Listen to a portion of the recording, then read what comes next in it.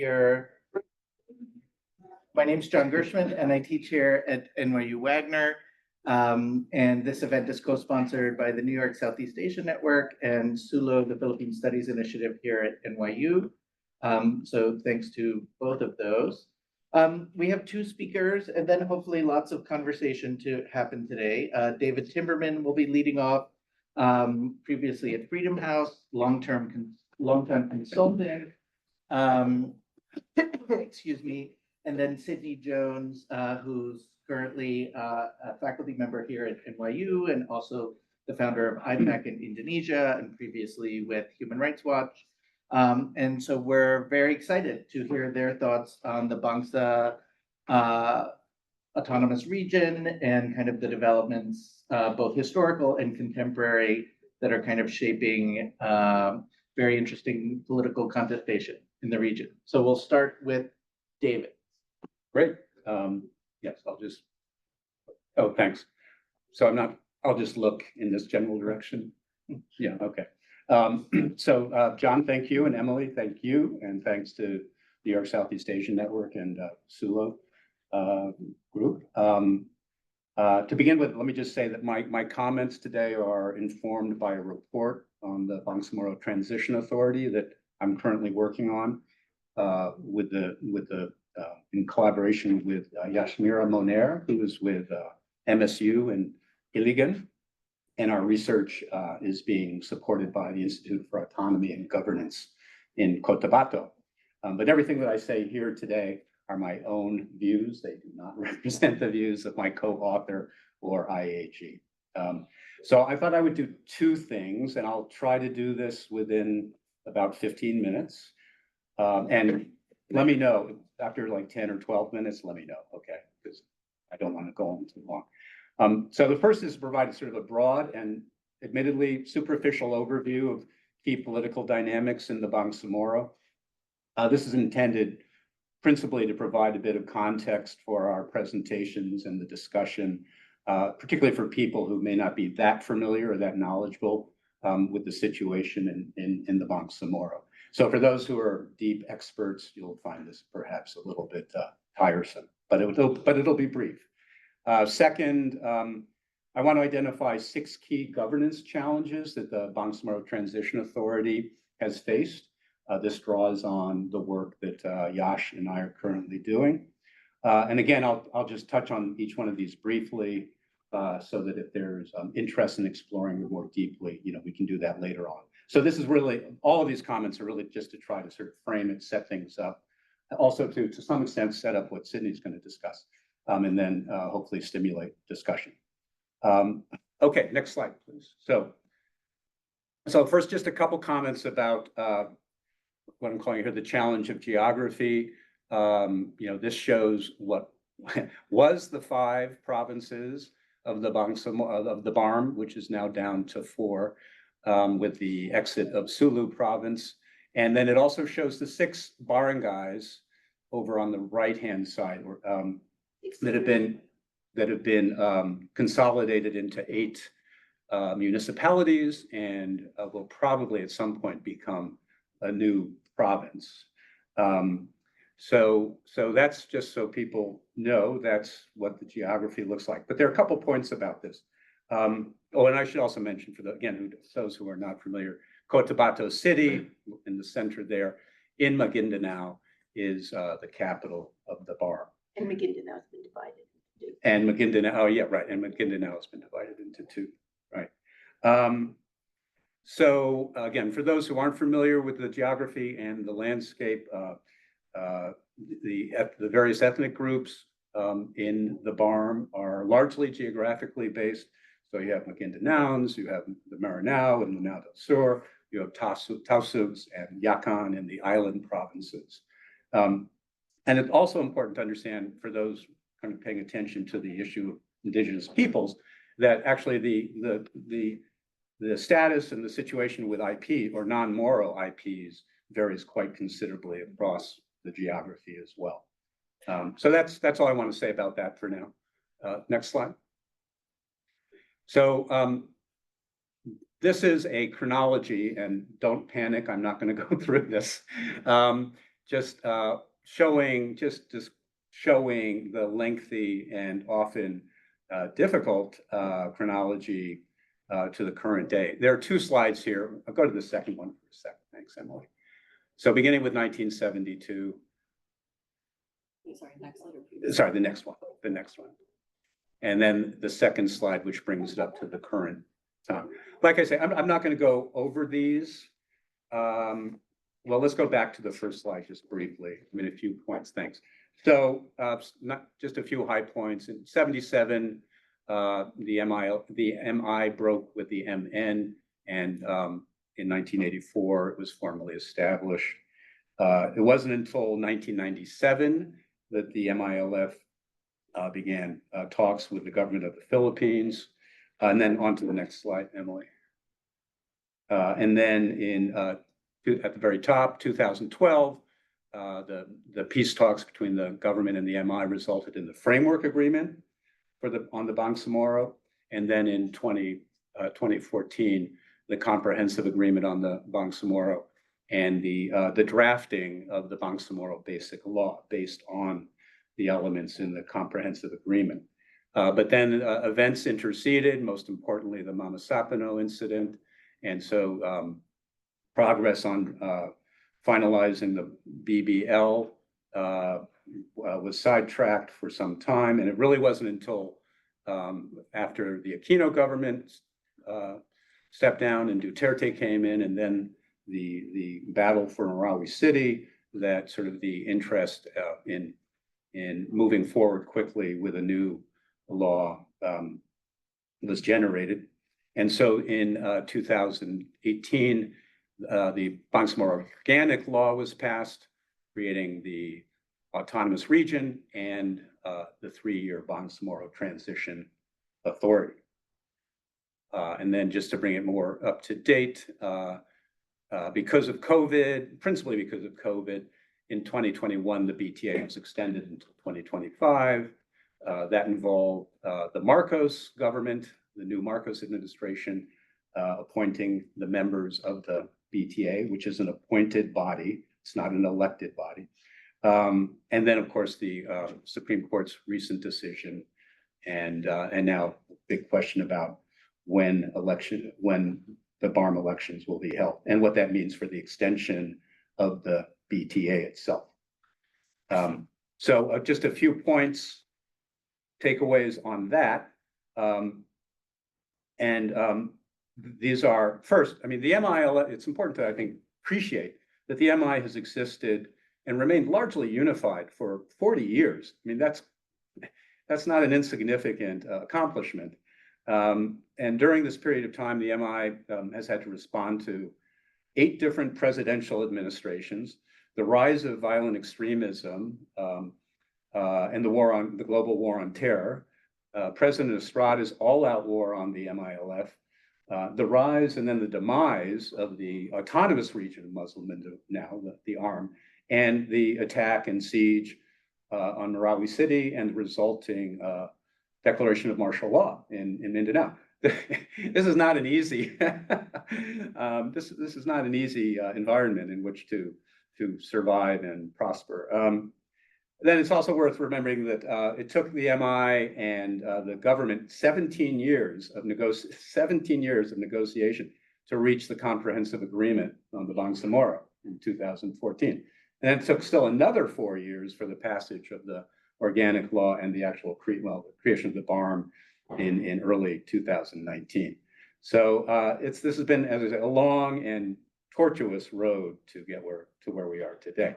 I mean, it does say it also speaks, I think, to some extent. I mean, the MI, I think, or people within the MI have to be credited with sort of taking a long view on things, because that's been their experience to date. They've had to persevere in all of this for quite a long period of time. Okay, so politics and governance in the Bangsamoro. Again, just touch on some of these more briefly than others, in part because I think Sidney will be going into some of these things with her presentation. So again, very very powerful ethno-linguistic group and clan identities and loyalties. Now, this is not this this is not all that unusual in the Philippines. I mean, this happened. Their clan and ethno-linguistic identity and loyalties are commonplace across the Philippines. But I think it may be fair to say that they're a little bit more intense in the Bangsamoro.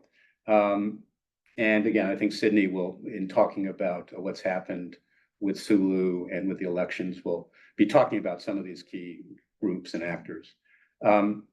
Secondly, the power struggles between traditional elite families and challengers. So it's important, I mean, for those who sort of follow the peace process, or peace processes, but aren't that familiar with the Bangsamoro, to understand that first the MNLF and then also the MILF have represented political challenges to traditional Muslim elites, to the status quo that has existed in southern Philippines for a long time. So an important consequence of that is that the viability and the success of the BARMM is not solely a function of the relationship or the bilateral peace agreement between the MILF and the national government. It's heavily influenced by the reactions of traditional local elites in the BARMM and the relationship that currently the BTA leadership has with those.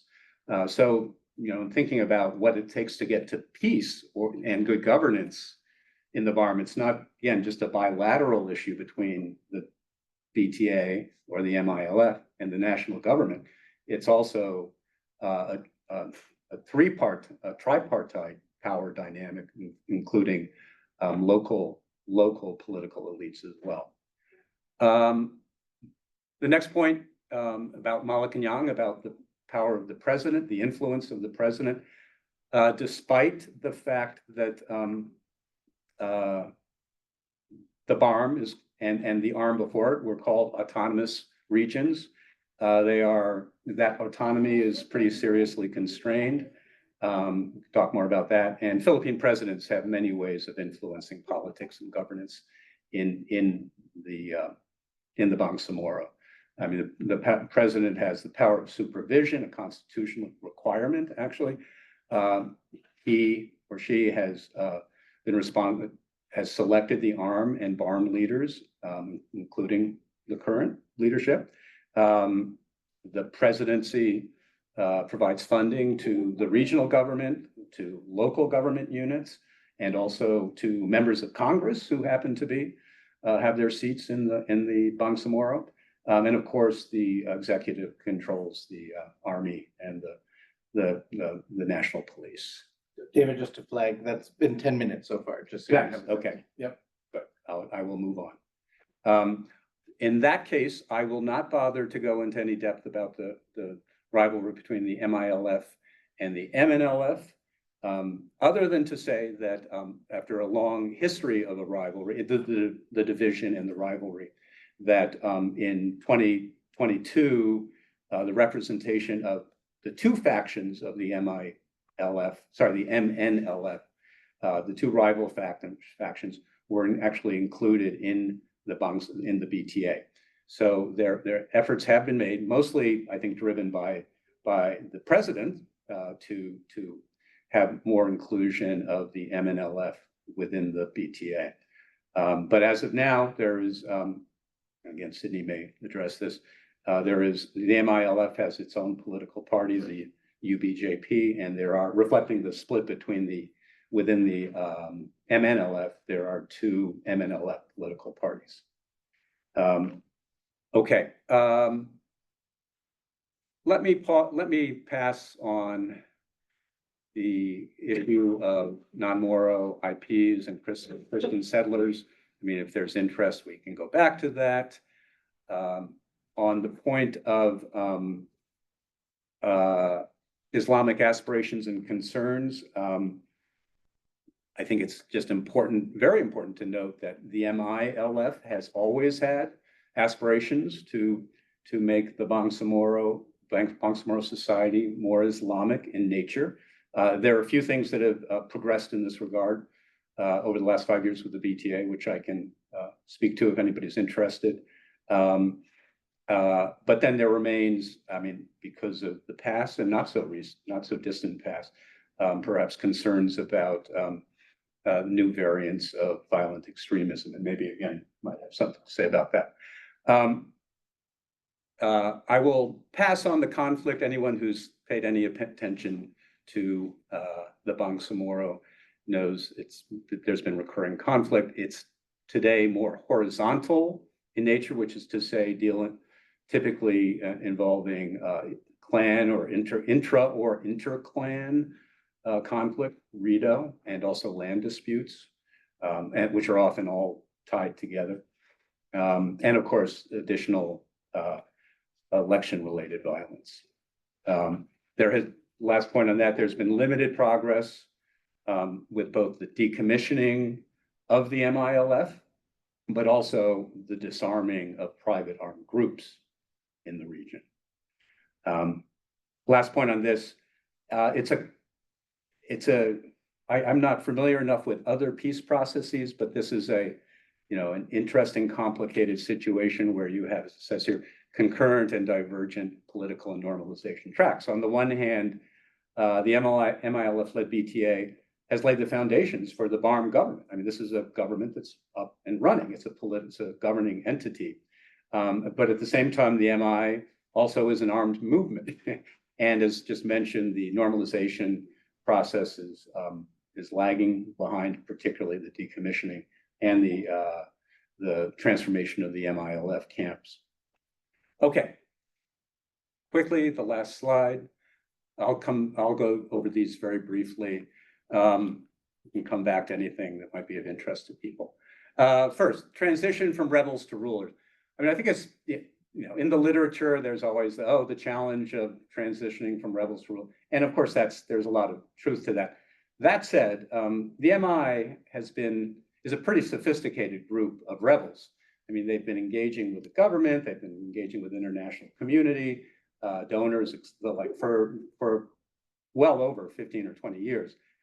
So it's not as if they just came down from the mountains. And so it's important sort of to have that perspective on. Additionally, there are a lot of very talented today, now, after 25 years of this process, of non-MILF Moros. I mean, very, well-educated, talented, mostly younger people. And the MI has been, I think, rightly criticized for not drawing more on them. So just to sort of highlight that these are not people who have had no experience with governance, with politics, with the international community. Secondly, the transition from the ARM to the BARMM, I won't say too much about that other than the MI-led BTA kind of faced the question of how much of the ARM to keep, how much of it to dispense with. In principle, they wanted to dispense with the ARM as much as possible, and to a considerable extent they did. But they did also recognize that there had to be continuity in service delivery. So and this is written into the organic law, there's continuation of health, education, social services. So there's a whole set of governing challenges just associated with that transition. The third one, constraints on the autonomy. There are many. No law passed by the BTA or the BARMM government can contravene the 1987 Constitution or diminish the requirements or standards of national laws. Now, and this plays out in a whole variety of different ways, which we can come back to again if you're interested. Additionally, the Supreme Court retains oversight of the judiciary, which has implications for Sharia law, things like that. And of course, not of course, but the police remain under the control of the national government. So I mean, the BTA or the BARMM government really have very limited authority over justice and security. Fourth point, managing fiscal autonomy. For those who aren't familiar with the situation, one of the very big differences between the BARMM and the ARM is that the BARMM receives a huge block grant from the national government, no strings attached. Somewhere in the, it varies from year to year, but somewhere in the vicinity of 80 billion pesos, which is, well, you can add 60 pesos to almost 60 pesos to the dollar. It's a lot of money, plus a smaller special development fund. That's a lot of money, and they've had a lot of problems spending that money. Their utilization rate has been somewhere down in the 46 to 50% range.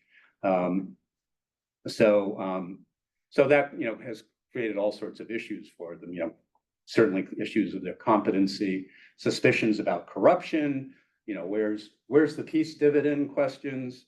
It also, the underspending also reduces the government's contribution to economic growth in the region. And this will be an issue. I mean, it already is something of an issue, but it will be more of an issue next year, because next year the block grant will be reviewed by the national government. And of course, there'll probably be adjustments given what's happened with Sulu. Fifth, managing intergovernmental relations, very big, complicated issue. Just to say, it's worked much better between the intergovernmental relations mechanisms that worked much better between those between the BTA or the BARMM government and the national government, again, but it's in relation to the BTA or BARMM government's relations with local government units that are particularly problematic and difficult. And again, we can talk more about, and that's both bureaucratic, it's legal, but also it's political. We can talk more about it if you want to. Lastly, practicing good or moral governance. The Chief Minister, Ibrahim, has emphasized that the BTA and the BARMM will be guided by notions of moral governance, which are based on Islamic principles that are supposed to somehow be translated into the behavior of public officials.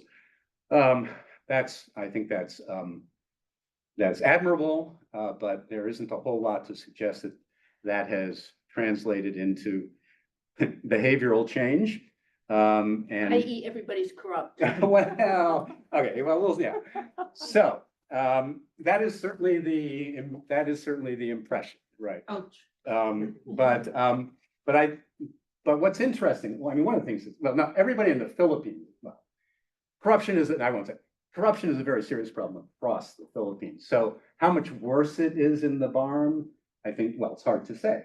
But what can be said is that, I mean, what is, I think, noteworthy is that they've had 5 years, and this is the BTA, they haven't really established any of what you would consider to be sort of the key elements of an anti-corruption, regime. So, I mean, parliamentary oversight is weak. There are real issues about auditing done by the Commission on Audit. Same questions about, the role of the ombudsman. I mean, seem to be very hands-off. But then you also have weak media in the region, and limited access to information, and then also generally non-confrontational CSOs, and many who have sort of been kind of not co-opted, but brought into the BARMM as well. So yeah, so there are a lot of anecdotal stories about corruption, and I don't doubt them, but it's really hard to say to what extent, I mean, in what ways it's happening. I guess that's the point.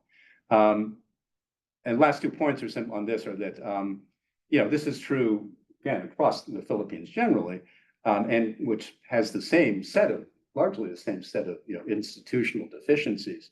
But the other interesting, it also appears that the national government is not really interested in exercising that much oversight over the BTA, because they don't sort of want to generate controversies that might sidetrack, the peace process.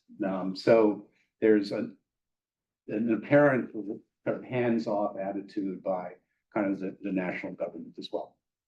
I'll stop there. Great, thank you very much.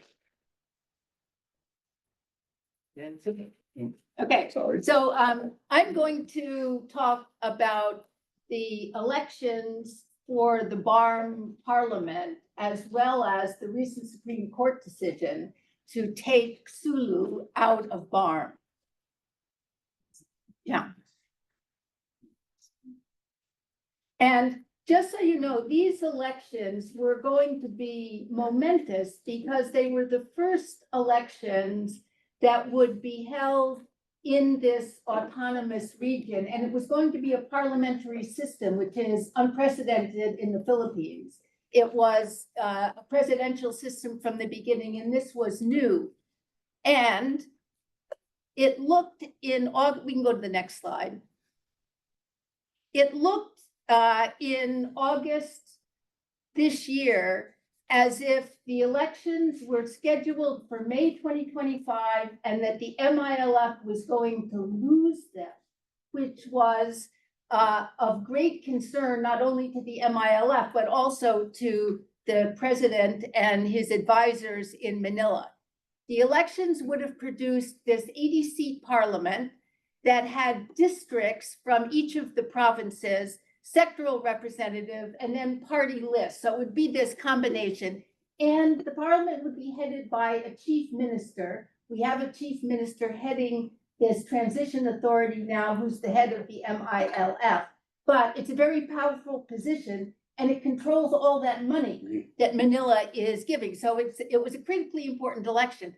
But more important, once the election was over, it was going to mean the end of the MILF. The MILF was supposed to become this party, the United Bangsamoro Justice Party, and there would be no need for the continued existence of the revolutionary MILF. Just as in Aceh, after the elections in Indonesia, it was supposed to be the dissolution of the Free Aceh movement, GAM, and the creation of Partai Aceh. The MILF has no intention of dissolving itself. Next. And before September 24, when this 3 months ago, when this Supreme Court decision came out, these were the allocations of the district seats on the right of that chart. And you see that the biggest province was Lanao del Sur. That was the most important. Sulu was second largest.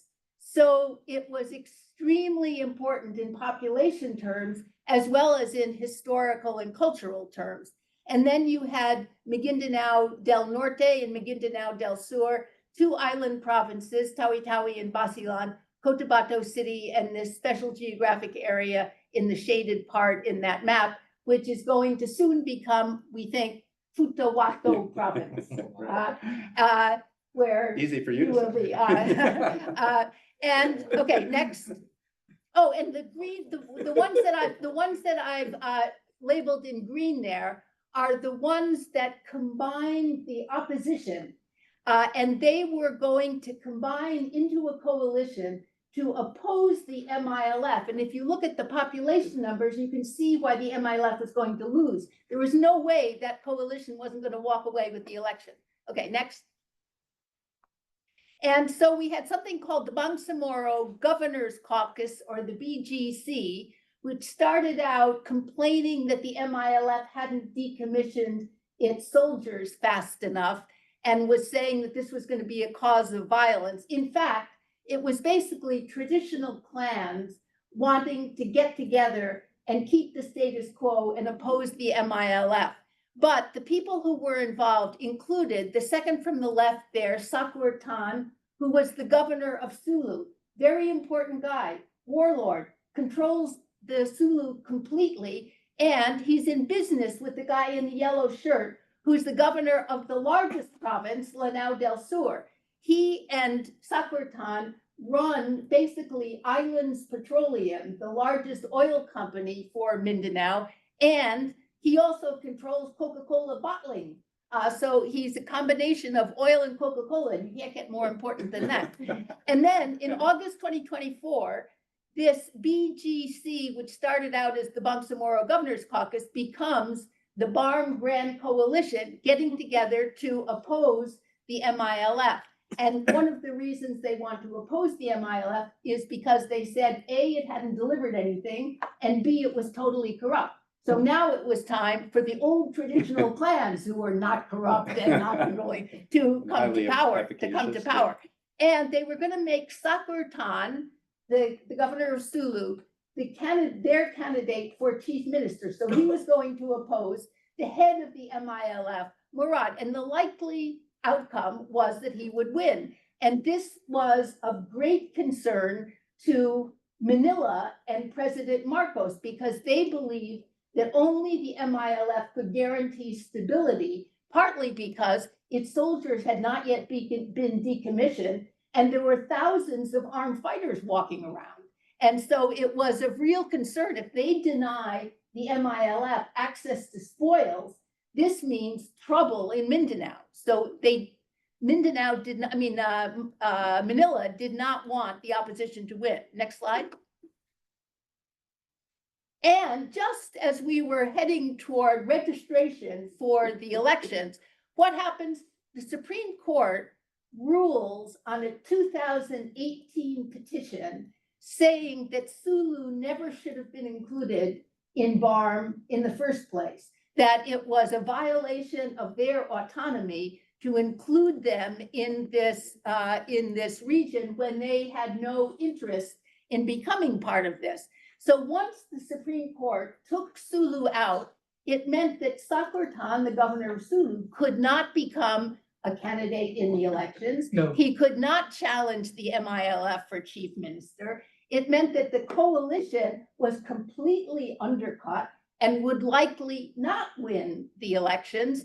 The MILF was back in a position to win, but without Sulu, all of the election regulations had to be rewritten because they had to redivide the provinces and so on. And the question was whether they could do this in time for elections scheduled in May. And they've now decided they can't. So the elections will be postponed to 2026. But more importantly, the removal of Sulu raises complete questions about what it means to be a Bangsamoro. This was a completely constructed identity anyway. And Bangsamoro was an agreed on identity of all these different ethnic groups. The main unifying factor was that they were Muslim, but even that wasn't enough. If Sulu was out, it took out the most historically significant part of the region. And it also took out a key ethnic group, which had been part of the whole notion of Bangsamoro in the first place. So what does Bangsamoro even mean if Sulu's not part of it? Next.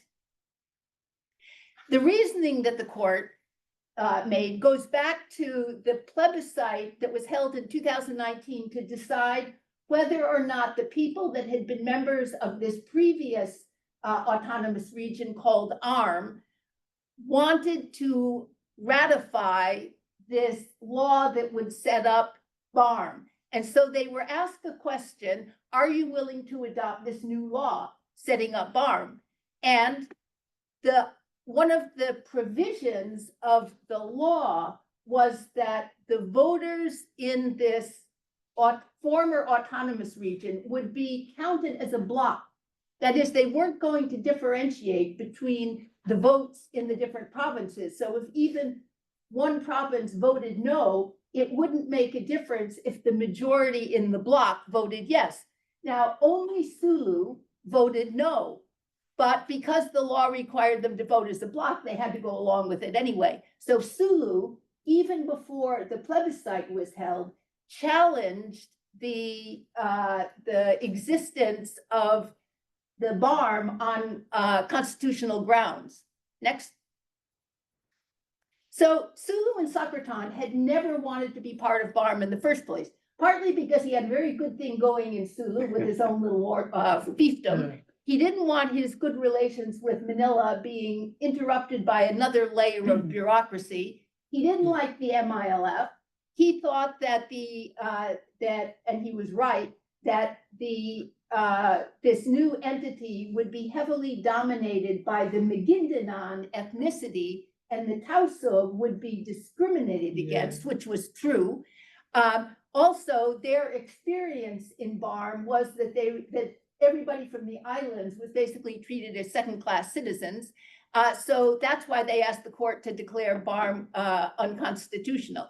And probably the reason that they had ARM vote as a block in the first place was because they knew that Sulu would be a spoiler if they didn't have that provision. Next. So it took the court 6 years to hear all these arguments. But in the meantime, we had the postponement of the election. We had the UBJP do very poorly in the first two elections it contested. In 2022, there were presidential and legislative elections. In 2023, there were village elections. And the UBJP showed that it couldn't win elections, basically, unless they allied with traditional clans.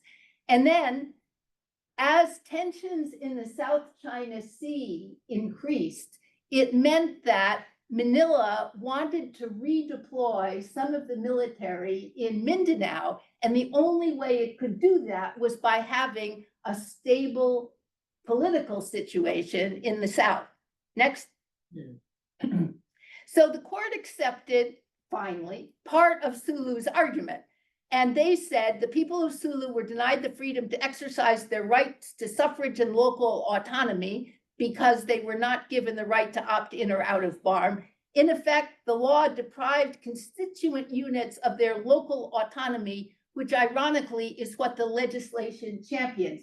It's a 100-page ruling, and it's not a strong argument. Philippine lawyers can argue anything they want. And so in this case, there was a political reason for arguing that Sulu was out.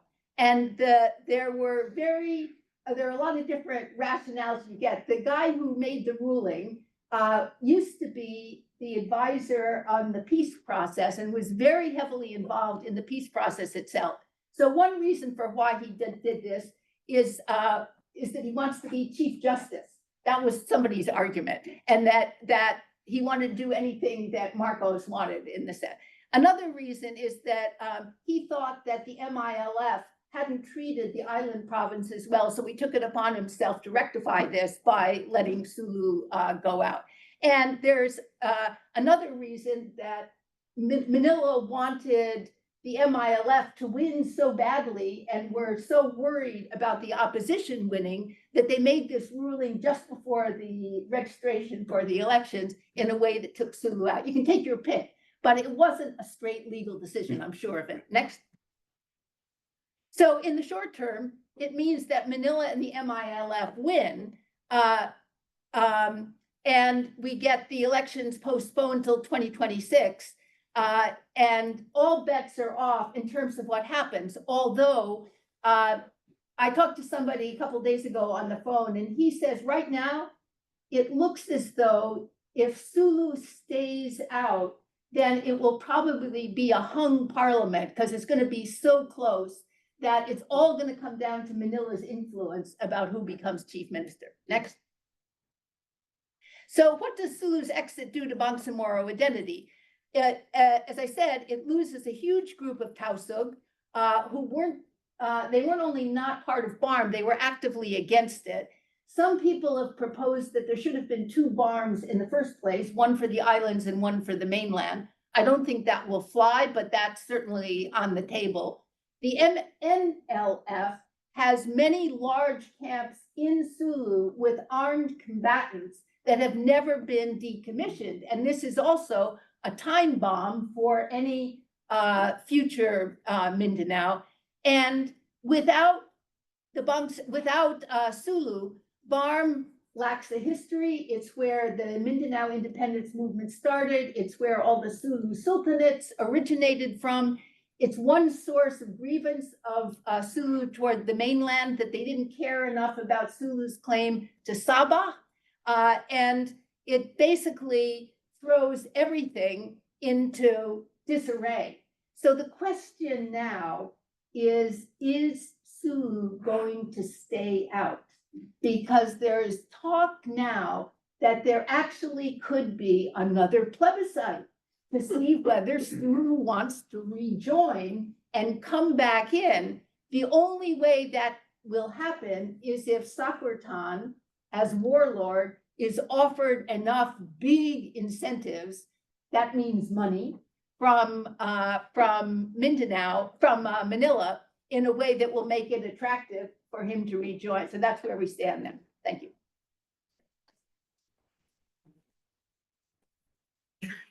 So thank you both very much. Certainly a lot to talk about. And just as a reminder to our folks online, you should feel free to post questions in preferably in the Q&A kind of portal. And why don't we start with an online question to start off for David and Sidney. Can either of you please discuss the current nature of the relationship between the MNLFs and the MILF? So the MILF is the dominant group now, and it's very heavily dominated by the Maguindanao ethnic group in the area of the two Maguindanaos. It also has some people from the Maranao area in Lanao del Sur. And the MNLF is a different ethnicity, mostly Tausug and Yakan, so you've got the ethnic difference.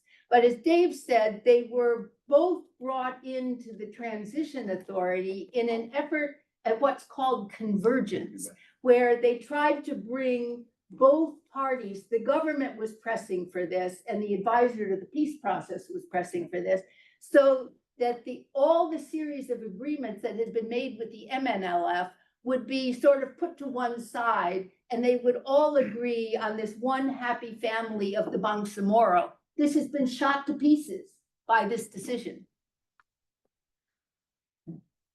Yeah, well, again, I'm not so sure it's been shot to pieces, but we'll see.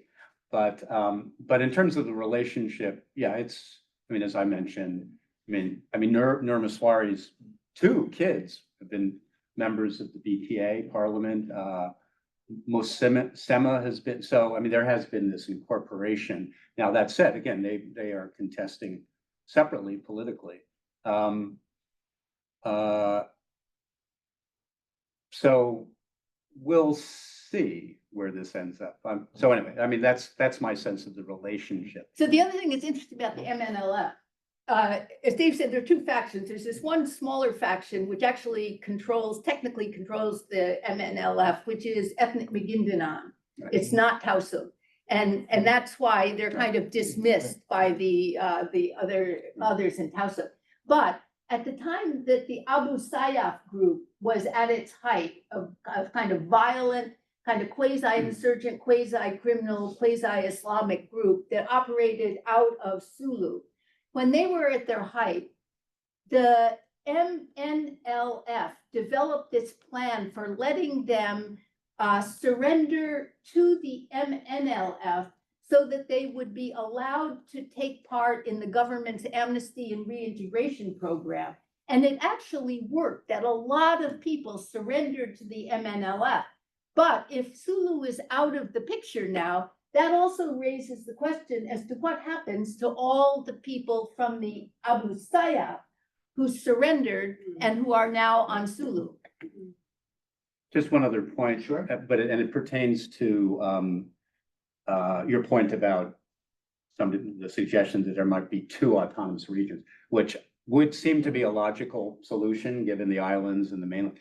But it's the way the Constitution is currently written, that's not possible. It's written that there is a single Muslim autonomous region. So that would require constitutional change.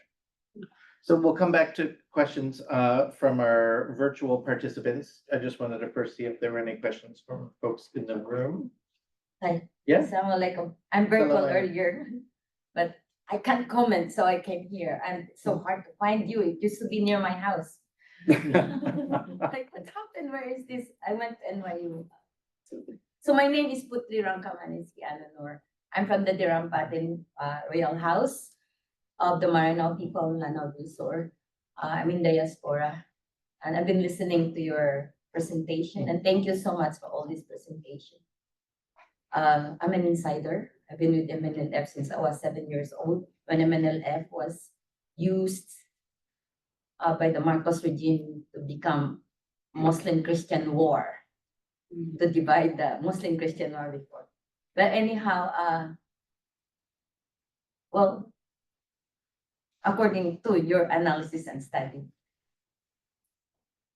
but whatever we set up right now, it may not be successful because comparative comparison to our Native Americans here.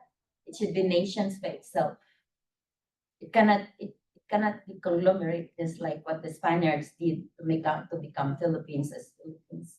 So just as a reaction to that, I asked a friend of mine who lives in Sulu what the reaction to the Supreme Court decision was, and she said, total elation. Because that doesn't, did I say it or am I? Anyway, it doesn't apply to us at all. It doesn't apply to us at all. And I'm just thankful that there are you who's trying to be observers. You have seen me when our visitors were here. But growing up as an indigenous person and growing up in that kind of war, autonomous region is a tourniquet. You know tourniquet, right? You're preventing the flow of the blood. As a nurse, I know very well what is tourniquet. And then you infuse the IV you want. So that is what's going on with Bangsamoro, BARMM, or whatever arm is. It was cooptation by Norman Stuart to do that during that time. And I don't know. Okay. But anyhow, I'm more on the cultural side. So I stick to the legends, epics, and myths and tradition, the ethics that I grew up with that holds our behavioral code of ethics. Okay. Okay. So we'll jump back to online. So what is, this is for Emery Getz, what is Malacanang's preference in terms of the timing of the elections? Wouldn't it make sense for Bongbong Marcos to follow the heavy-handed meddling by pushing for an MILF win as soon as possible? So the Marcos has gone back and forth. Yeah. And on this decision came out on September 9th. On around November 4th, the Supreme Court reiterated it was final. There was no going back and there was going to be no postponement. And then Marcos said, yes, there's not going to be any postponement. We're going ahead. And then things began to get complicated. And around November 24th, he said, well, we're studying it. And then the House panel came out with a bill postponing the elections to May 2026. The Senate had also passed a version. And now the word from Mindanao is that Marcos agrees and the MILF leadership has agreed that they need the time to rewrite all the laws. And so they've agreed on postponing the election. Just to add to that, I mean, there is, I mean, it's not, Malacanang's interest is not just about the MN, the MI, it's also about who leads the MI, right? I mean, at least this is the story that I hear. So, I mean, one of the dynamics in this situation is whether Murad, Chairman Ibrahim remains as chief minister. He won't. Well, right, and whether the leadership changes, which also, I mean, has significant implications, right, for what the MI is and what the BARMM is, you know, when there's such explicit meddling. I mean, there always has been, of course, a history of meddling, but that's getting even more explicit when you're choosing, you know. Yeah, but the candidate, the leadership. lead candidate now, and the one favored by Marcos to become chief minister is Sammy Gambar. Right. And he is currently the governor of Northern Maguindanao del Norte. He was head of the military forces of the MILF, and it's because, in part, of his position as head of the military forces that Marcos wants him in a position of power. But that's also in part because he's viewed as being the one who's more receptive to decommissioning than Ibrahim has been. So this links, I mean, when you get into this issue of governance, politics and governance versus the peace process, right, you get competing priorities in some cases. Other folks in the room? Yeah. Yeah. Thank you, David and Sidney, for sharing your thoughts and insights on this matter. So I'm Wesley. As you know, I'm starting to become a regular in this forum. I'm with the Uniformed Services back in the Philippines. I served for a brief time in what was then the ARM from 2007 to 2010, provinces of Maguindanao and Sulu. I don't speak for the security sector as a whole, but simply as an interested observer. Was a lot of colleagues who have served there and who still continue to serve in those areas. And they too are concerned with the upcoming elections. My observation has to do with the security implications of a possible postponement. And based on the conversations I've been having with Mindanao-based peers and colleagues, they say that maybe it is helpful to look at trends in conflict data. So in a nutshell, they say that the numbers appear to be trending upwards, particularly since 2019, a year after the BOL was passed. So for example, for incidents in general, they range about 2.4 to 2.7 something incidents for the past 5 years. And for incidents that are MI and MNLF related, it's around 230 to 270, something like that. While for deaths, the range is around 800 to almost, or rather 600 to almost 800 deaths for that period. And it's not unreasonable to assume that these incidents, I suppose, and deaths, they involve loose firearms. Those have not yet been decommissioned. And of course, RIDO in varying degrees. So personally, I'm inclined to agree with what Secretary Galvez said about the need to fully address first the security concerns arising from the tensions that might cause further unresolved contentious issues. So these tensions, I agree that they might result in an even greater uptick in violent incidents that would undermine the elections. So I suppose my question is that forecast accurate? Can we expect a downtrend in violence or deaths if there is a postponement in the elections? Based on your research, based on your interactions, engagements with key players, is that forecast accurate? Can we expect a downtrend? See, I don't think it makes much difference in terms of the level of violence, whether the election is postponed or not. I agree with you that the violence was trending up by everybody's data. Yeah. And we've had several incidents of shooting in Cotabato and around Cotabato just in the last couple of weeks. If the election is postponed, in a way, it gives more time for more violence to occur. But I think that we were already heading toward serious violence as May approached. So it might possibly give more time for some kind of interesting security solution to be proposed. One possibility is that some incentive be given to the MILF to go ahead and complete the decommissioning. The problem is that's the only bargaining chip the MILF has, is the remaining guns. And without those guns, it has no leverage over Manila at all and nothing to bargain with. So it doesn't look as though that decommissioning is going to go ahead. But even if it did, there are so many loopholes in that decommissioning law that you can keep your personal gun as long as it's not an institutional gun, right? And with all of the loopholes, you should see in the list of groups that are allowed to hold guns because of risk to life, it includes accountants, NGOs, journalists, anybody can have a gun. So I think violence is going to continue. And I think the Philippine justice system still does not hold people accountable.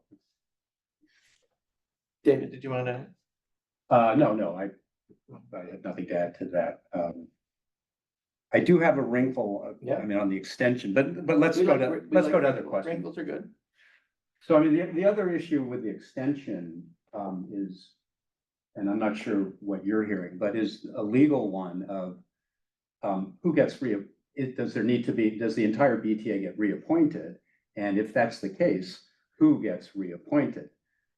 Yes, that's a big issue, That's a and huge it's issue, and it's unresolved at Yeah. this moment. Yeah, because I mean, and so the point is, and there's a secondary issue, legal issue too, which is under Philippine law, government officials who are appointed have to resign their positions before they can run for office. This is not true of elected officials, who of course can run as elected officials. But again, technically, the members of the BTA are appointed officials. Now they are contesting that, but if that's the case, then for them, if the elections were held, and that provision stands, then in fact, they would have to step down as the government in order to run. So there are these two legal dimensions to this too. Who in fact will, if there is an extension, it sounds like there probably will be, who will actually constitute the BTA during that period? So we have another question from Andres Harsono, asking if you could elaborate a little bit on kind of the cleavages around voting. So you both talked about, so one cleavage is kind of traditional clans versus the MILF, the other is the ethno-linguistic cleavages. So how do those things kind of play out in terms of who people are you talking about two big competing coalitions or No. fragmented coalitions? The problem is that every division you can think of has cross-cutting divisions. So for example, in Basilan, there are two brothers from the same clan who are at each other's throats at the moment. The governor and his brother, who's the congressman who wants to be governor and who's going to run for governor in the elections in May, because the local government elections will go forward in 2025. And you have some members of one of the big clans that's in opposition, the Muudadatos, who are in alliance with the MILF. So it doesn't, the divisions don't follow a clear pattern. And it to some degree, it has to do with spoils, but it also has to do with family feuds. Yeah, so just add to that, yeah, I mean, yeah, clans, families obviously are super important, the linguistic. Then certain areas have much more controlled vote. I mean, you mentioned Sakurtan, Sulu has much more controlled voting than other areas. And then actually, how about religion? Do you think religious, the UBJP has apparently tried to sort of play the Islamic card somewhat. Yeah, but so have people in the opposition. Okay, so what do you think of that? Yeah. So I think I think the only meaningful religious division is between the Christian settlers and the rest of the people. I don't think there are politically significant divisions among Muslims, even though there are clear divisions and clear different streams of Islam in Mindanao, but they don't have the same kind of political implications. Go ahead. Anyhow, I hope you have read some of those written by the Moro people themselves. Yeah. About the peace process. And my analogy of infusing foreign governance to people who have their own governance. Can you imagine that you are not penetrated by the Spaniards and Sultan Kudarat became the paramount sultan, uniting all the indigenous people in Mindanao, religion or none, and even went as far as Makassar and Indonesia to strengthen his forces against the Spaniards. And how many years? And then come foreign government injecting the foreign system of governance. If you go to an anthill and disturb the anthill, where will the ants go? And then we Moros goes back, as I said, goes back to our legends, epics, and myths. This is history by itself. Goes back to our epics that holds the code of ethics of our ancestors, which if we practice it, we can be more peaceful and we can be more productive, and we will stop killing each other. We will stop grabbing each other's, coveting each other's power because of the money that Manila is giving. So I appreciate very much in your lenses, but growing up oppressed because of foreign encroachment, like growing up where my twin tree was cut off, the whole of our rainforest was cut off to become loggings, and now it became open pit mines, and now our land is basically taken over by multinational companies. And whose governance is that? Who's really interested to take our land? Who wants to govern us? Who wants to use our people, our dato, our clans to become fighting, to be against each other so that we can be divided and ruled. And like, I love so much the epic that I am so happy that there are still existing names like Bombaran and all this. Now, it became Dato blah blah, Sultan blah blah.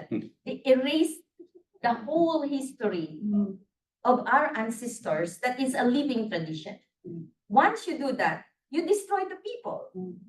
Once you put a tourniquet and infuse other kinds of blood or other kinds of DNA there, then you confuse the people. Unless, plus the whole governmental system is so biased towards us. Yeah. The colonial mentality that has been transmitted since the time of the Spaniards, the Americans, how we were sold to USA, and all of a sudden our land has to be titled to someone else. You know, so what kind of, I mean, the analysis that they're doing now do not even consider who we are as a people. And why Sulu has to take out themselves.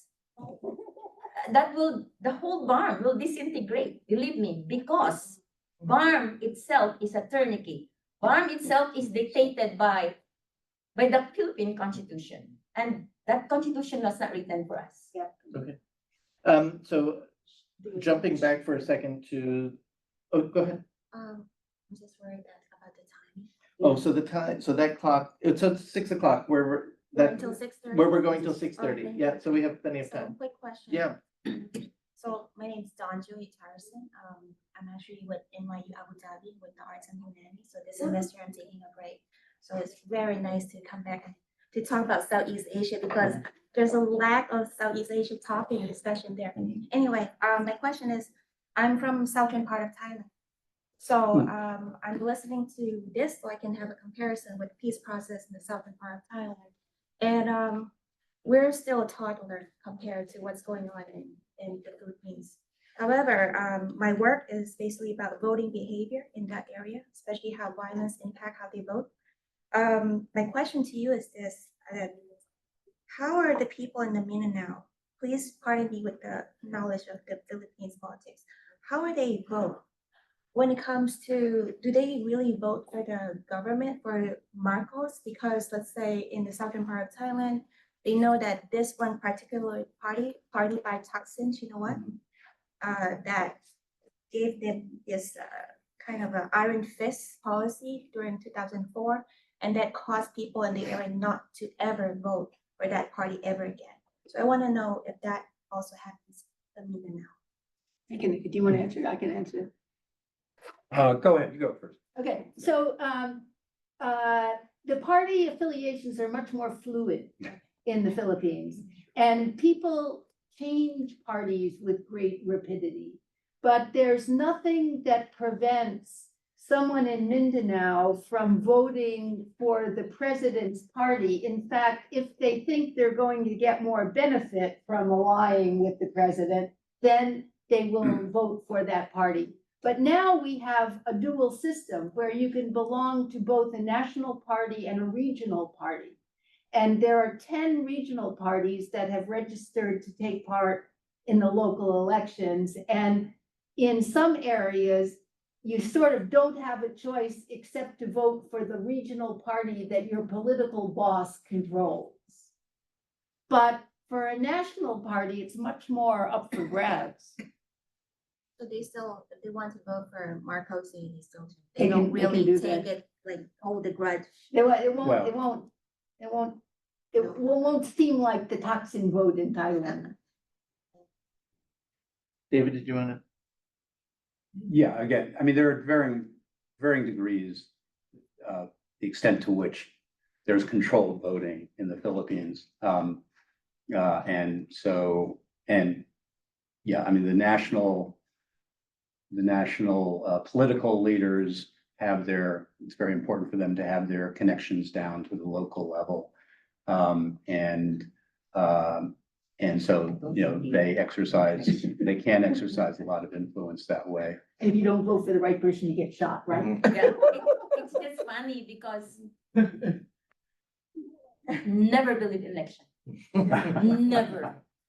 I never voted in the Philippines because election is kinkoy, you know, it's a Mickey Mouse story. There's no truth in that because that's not the kind of governmental system you want. If you want money, then you run and then you control the whole right now the president and the vice president has a drama.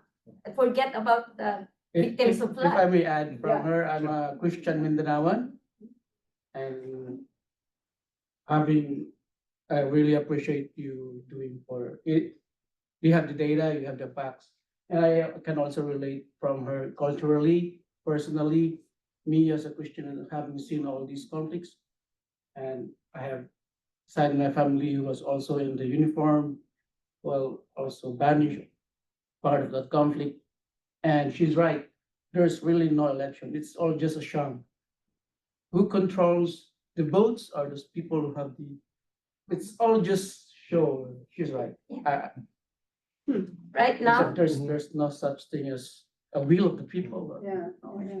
I have families who's controlled by Marcos. Yeah. Believe me, right now somebody is being wounded by Marcos.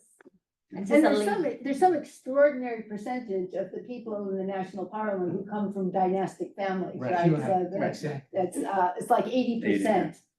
But I'm also surprised for her being a loyal MNLF, being Maranao, because MNLF is from Tausug, Sulu, you know what I mean. So it's a thing for her to have this MNLF thing. Oh no, the early years, MNLF, there's only one MNLF. Yes. MILF only came when Hasim Salamat, they examined that there's not much Islam in MNLF. So that's why he seceded and created his own.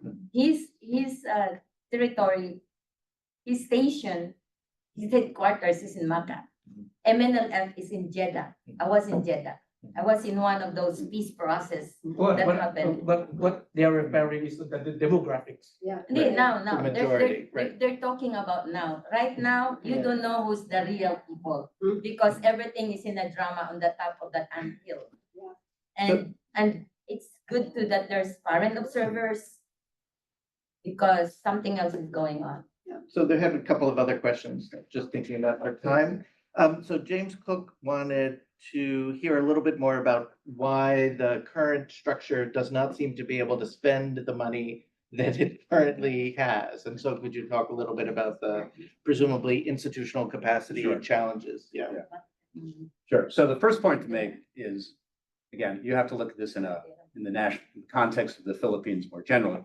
The national government doesn't do a very good job of spending its money. It's not as bad as the BTA is, but the national government has also had serious problems with underspending over the years. Now, so what are the problems for the BTA? First, they just got a huge amount of money. And in fact, I mean, they get 5% of national revenue income. And I'm talking to some people who were involved in that decision in the government side, and they were like, well, no, they really should have gotten only 2%, but somehow they ended up getting the 5%. So it's a huge amount of money. Again, I mean, I have a certain sympathy. They created a new government, right? So you have a new government that, I mean, in 2019, they were working off of the existing ARMM budget, but in 2020, they got their first allocation of the block grant.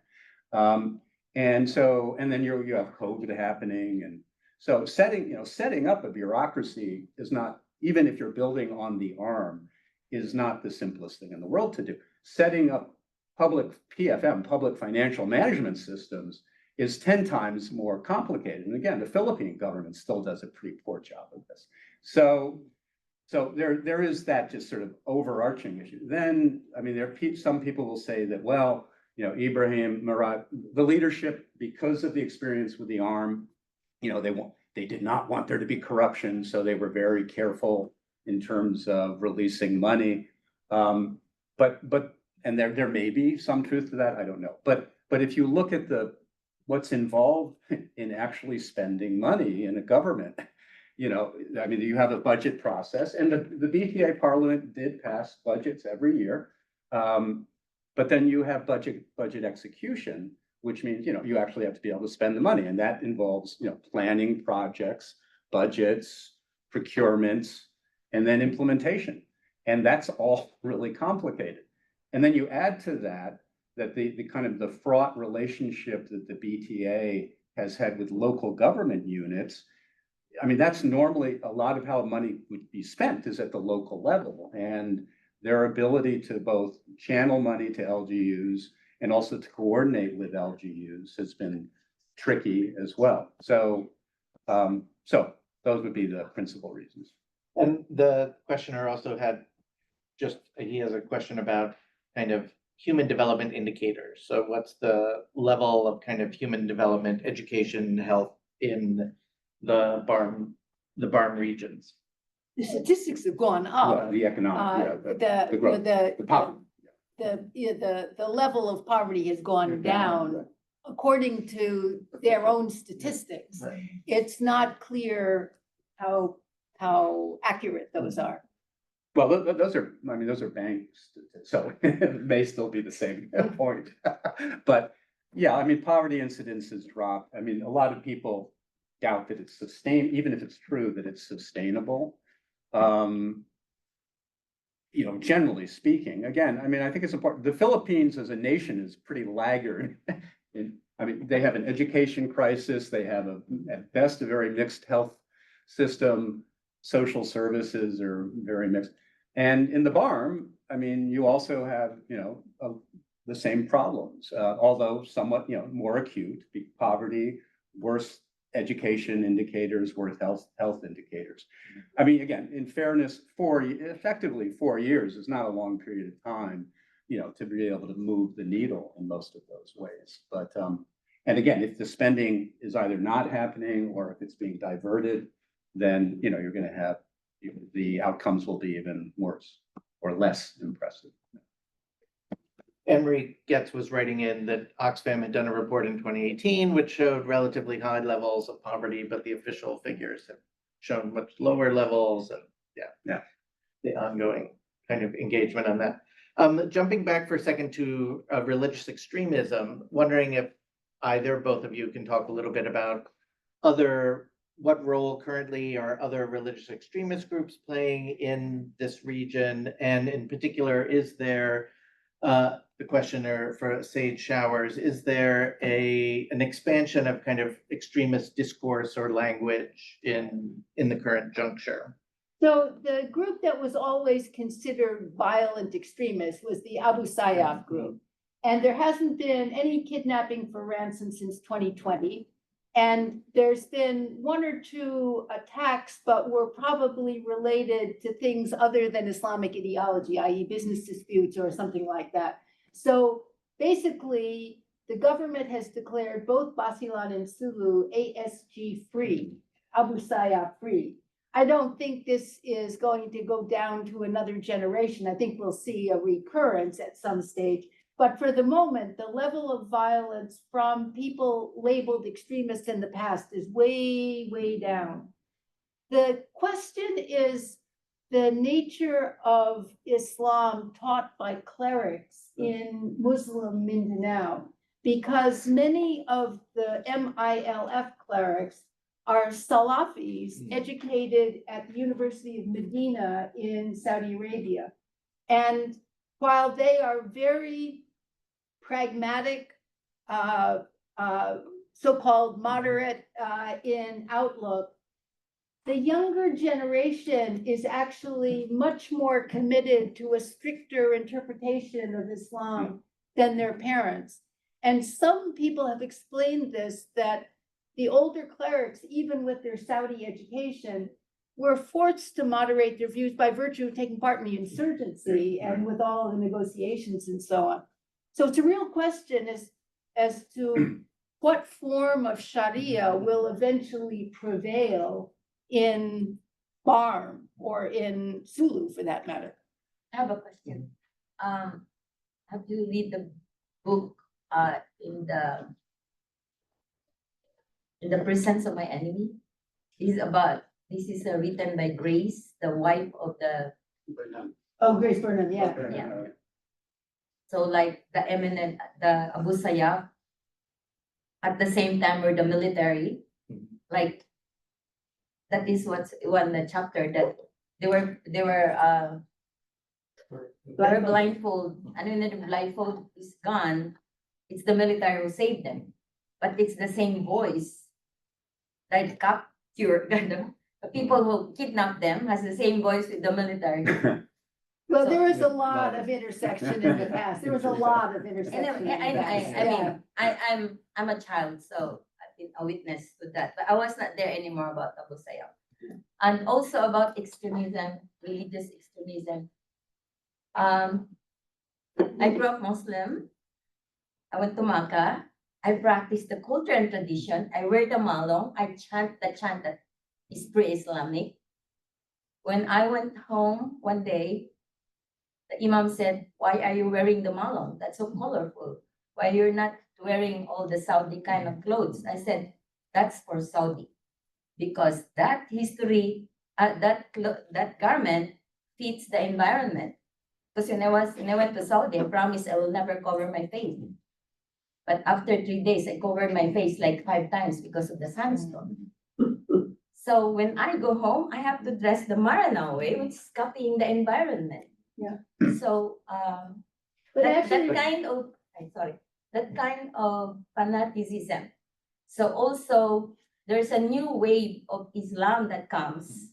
It's just the new wave of Christianity that comes that is accord what's the saying of the philosopher, religion as an opium in the minds of the people. So that kind of fanaticism. So if there's an extremist Christian, there's an extremist Muslim, those are political the Yeah. way I look at that, those are political maneuvers. yes, nobody questions it as political, but it just reminds me that the one other group is actually, that still has remnants around is what's called the Maute group Right. from Maranao. And there are only a handful of them, but they're still around and they're still supposedly pro-ISIS.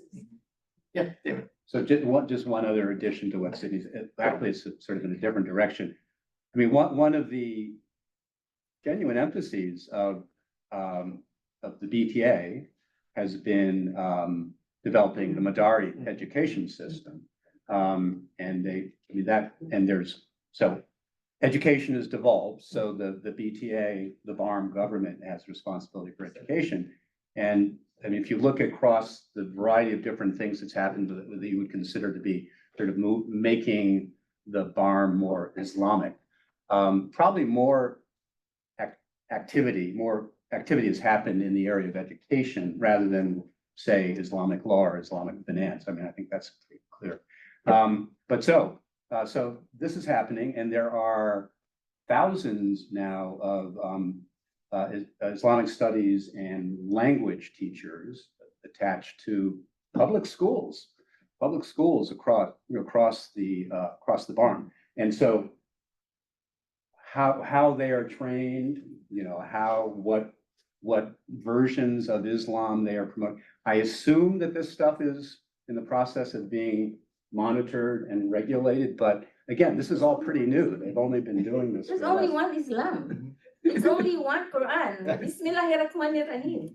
You Yeah. know, so whatever are those things, I don't know, because But all I know is that one of the really good teachers in Zamboanga went to Indonesia to Gramedia and bought up 4 million rupiah worth of books on teaching Arabic because they were in 3 languages. So I'm wondering if either of you can talk a little bit about, you were kind of mentioned it, David, and we didn't kind of return to it. So this is an autonomous region that also includes Lumads, right, non-Moro indigenous communities and Christians and other folks. So how does one think about the layering of the politics around that in? Really fraught with the Lumad, really fraught. And there have been several instances of land grabbing by the MILF Yeah, right. of Lumad land, particularly the, what's the, Mindanao, so mostly. but mostly mostly in North Maguindanao and Northern Cotabato. Yeah. Yeah, fraud. just to add a little more context. So to the credit of, I mean, anybody who really wants to understand kind of the institutional framework for all of this, read the organic law. I mean, it's a long document, but to the credit of the comprehensive agreement and then the organic law, I mean, there are a variety of different mechanisms, at least formally, for including the inclusion of IPs and Christian settlers. There's a ministry for, and I don't want to give it any great credit, but there is in fact a ministry for IP affairs. There's an office for Christian settlers. Again, not that these things do great work. But it's interesting that the three political parties that wanted to be verified for the election, representing indigenous people and Christian settlers, were not verified, Right. Yeah. not accredited. Right. So agreed. But so, I mean, there are mechanisms, how substantive they are, and also how sustained they would be over time, I think is a very big question.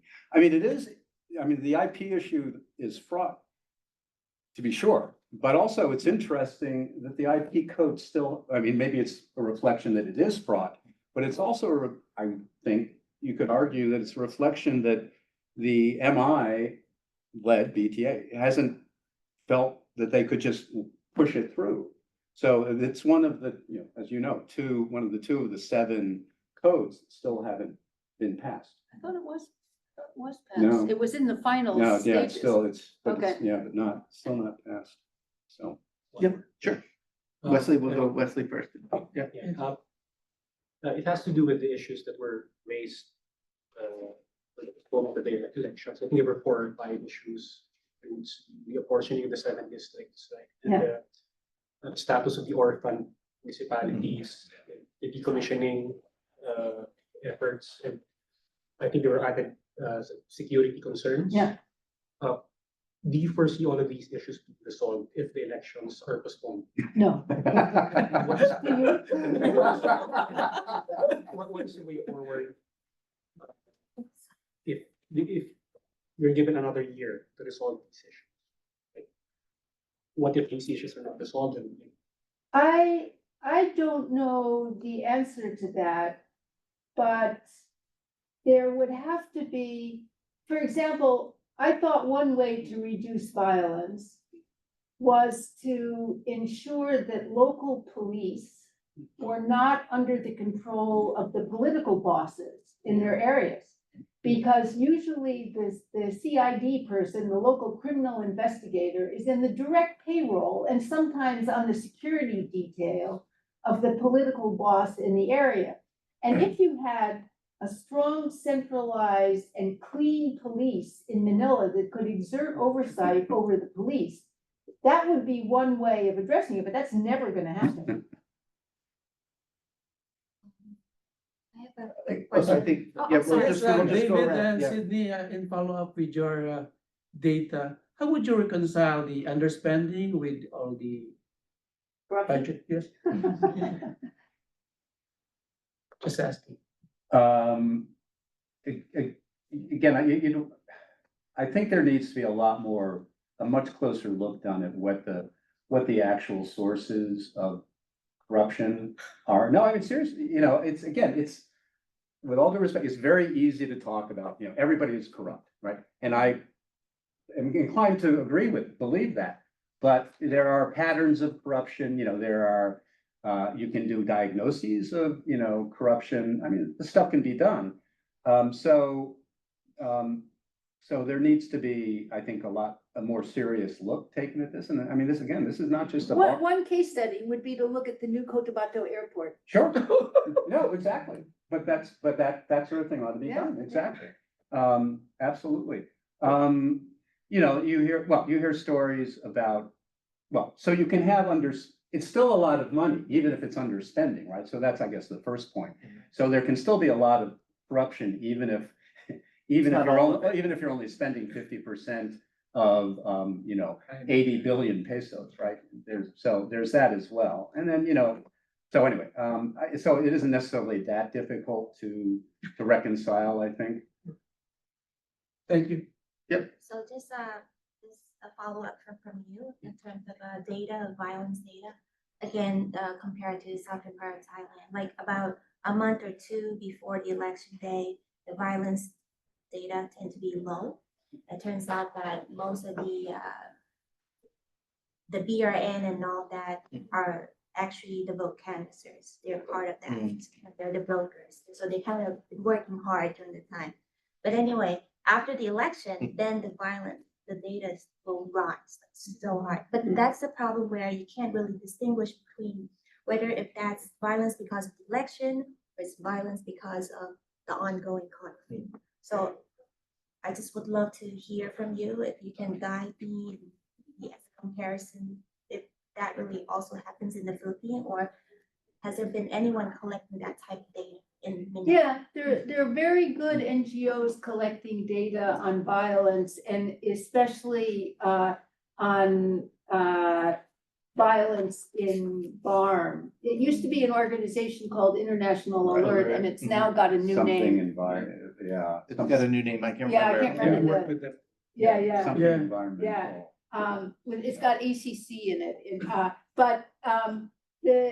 in the Philippines, the violence tends to occur before the election when people are trying to eliminate their rivals. Yeah. That's a much bigger source of Before the election. violence, yeah, not That's so much interesting. afterwards. So they don't really care about paying. They're just gonna. It's easier to just kill them. Just kill them. Well, there's a lot of paying that happens too. Yeah, there's paying, yeah. So vote buying is fine in that area because it's the Islamic area. I thought that you're not supposed to take those sinful money. Well, probably. Yeah. Almost every monotheistic religion has a rule Yeah. against. Right. Moral politics. Just to share what you Yes. said. So, Okay, yeah, fine. anecdotal, so I was chief of police in a town in Sulu in 2010. So it's their failure. Which town? Which town? In Danan. Oh, really? Done. So Wow. a failure in a couple of barangays there, and the actors that the failed elections. So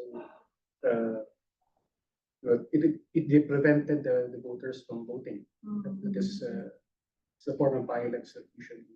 But it's interesting because in Sulu, in the 2023 local elections, the governor prevented violence by having all candidates run unopposed. So there was no choice. And he said, because when you have a contest, somebody is gonna get hurt. So the best way to prevent violence is by to have no choice. In my town, there are four candidates. So For one position. Peace or for mayor, democracy? for mayor. Peace or For democracy? mayor. Yeah. So we're coming up at 6:30. Wow. Chance for like one last question if anyone has. Otherwise, maybe we can thank Sidney and David very much. And thank all of you who attended online. And this was recorded, will be posted on the YouTube page for NYSEAN. And thanks Emily and Jackie for like logistics and getting everything together. And we'll see you all at our next event. Great. Thank you.